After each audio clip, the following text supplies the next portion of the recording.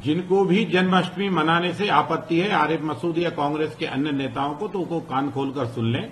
ये भारत का पर्व है। शिक्षण संस्थाओं में जब आप अनिवार्य करोगे तो आपत्ति नहीं होगी। कॉन्स्टिट्यूशन है, संविधान का क्या कर रहा हो? रोज संविधान को रोज रहो।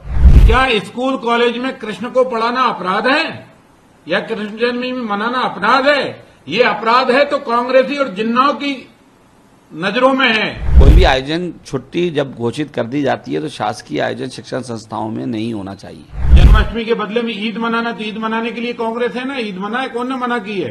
पर हम जन्माष्टमी मनाएंगे, मटकी फोड़ प्रतियोगिताएं भी करेंगे, मंदिर मंदिर जाएंगे, भगवान के दर्शन भी करेंगे। मैं समझ ही नहीं पा रहा कि सरकार शिक्षण संस्थानों को क्यों बर्बाद करने पे लगी है। शिक्षण संस्थाएं केवल पढ़ाई के लिए, एक अच्छे एटमॉस्फेयर के लिए होती है। धार्मिक आयोजन के लिए अवकाश रहता है। सारे लोग, हिंदू मुस्लिम, जिसको जिस तरह मनाना होता है मनाते हैं। हमने अभी राखी, हमारी बहनें आई मानने, जन्माष्टमी के कई आयोजन में हम भी जाते हैं। लेकिन आप शिक्षण केंद्र में अनिवार्य करते हो, फिर एक तरफ आप मदरसों के ऊपर उंगली उठाते हो, तो किस तरह ले जाना चाह रहे हो? तो ये देश संविधान से चलेगा और इसीलिए संविधान बहुत अच्छा है, जिसको सबने एक्सेप्ट करा। संविधान से चला, गोडसे की विचारधारा से नहीं चला। आपत्ति किस बात की? शिक्षण संस्थाओं में जब आप अनिवार्य करोगे तो आपत्ति नहीं होगी। कॉन्स्टिट्यूशन है, संविधान का क्या कर रहा हो? रोज संविधान को रोज रहो। एक के बाद एक संविधान के खिलाफ निकालते हो आदेश, तो इसलिए विरोध है। किसी व्यक्ति के लिए विरोध नहीं है।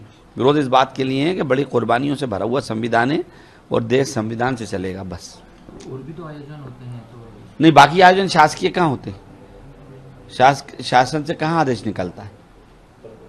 शासन से आदेश अभी निकल रहा है, तो ये आदेश गलत है। आने वाले हो सकता है त्योहारों में और भी निकले, किसी को आपत्ति ना हो। हम तो उस पर भी ये कहेंगे कि कोई भी आयोजन छुट्टी जब घोषित कर दी जाती है तो शासकीय आयोजन शिक्षण संस्थाओं में नहीं होना चाहिए। शिक्षण संस्थाएं पढ़ने का केंद्र है, वहाँ एक बहुत अच्छा वैचारिक डिस्कशन होना चाहिए और उसको उसी के लिए रखना चाहिए। भारतीय जनता पार्टी की सरकार ने, डॉक्टर मोहन यादव जी के नेतृत्व में मध्य प्रदेश सरकार ने, हमने निर्णय लिया है कि भगवान कृष्ण की जन्माष्टमी पूरा प्रदेश में धूमधाम से मनाई जाएगी। जिनको भी जन्माष्टमी मनाने से आपत्ति है, आरिफ मसूद या कांग्रेस के अन्य नेताओं को, तो वो कान खोलकर सुन लें। ये भारत का पर्व है।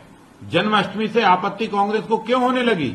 और जन्माष्टमी के बदले में ईद मनाना, तो ईद मनाने के लिए कांग्रेस है ना, ईद मनाए, कौन ने मना की है? पर हम जन्माष्टमी मनाएंगे, मटकी फोड़ प्रतियोगिताएं भी करेंगे, मंदिर मंदिर जाएंगे, भगवान के दर्शन भी करेंगे, क्योंकि लीला पुरुषोत्तम है भगवान कृष्ण। उनकी लीलाओं पर हिन्दुस्तान चल रहा है। और मध्य प्रदेश की धरती पर उज्जैन की महाकाल उज्जैनी में भगवान कृष्ण ने भी शिक्षा प्राप्त की है। इसलिए मध्य प्रदेश का और दायित्व और फर्ज बनता है कि हम कृष्ण जन्माष्टमी धूमधाम से मनाएंगे। और मैं मोहन सरकार को बधाई देता हूं, धन्यवाद देता हूं कि उन्होंने इस पर्व को शासकीय स्तर पर भी घोषित किया। ये बधाई की बात है। क्या स्कूल कॉलेज में कृष्ण को पढ़ाना अपराध है या कृष्ण जन्माष्टमी मनाना अपराध है? ये अपराध है तो कांग्रेसी और जिन्नाओं की नजरों में है, भारत के नागरिकों की नजरों में नहीं है। भारत का नागरिक आज भी अपने बेटे को जब पैदा होता है, मां की गोद में होता है, तो कन्हैया कहकर पुकारता है। मां फक्र करती है, मां गर्व करती है कि मेरा बेटा है, लाल है, कन्हैया है। अरे दादा, कन्हैया मिल तो जाए। कन्हैया जब देश को सौभाग्य से मिलता है तभी कंसों का वध होता है। और इसलिए ध्यान रखो, कन्हैया से एलर्जी करने वाली कांग्रेस पहले राम से एलर्जी करती थी, अब भगवान कृष्ण से एलर्जी कर रही है। चाहे जितनी एलर्जी कर लो, कृष्ण जन्माष्टमी मध्य प्रदेश की धरती पर धूमधाम से मनाई जाएगी। और मोहन यादव जी को फिर बधाई।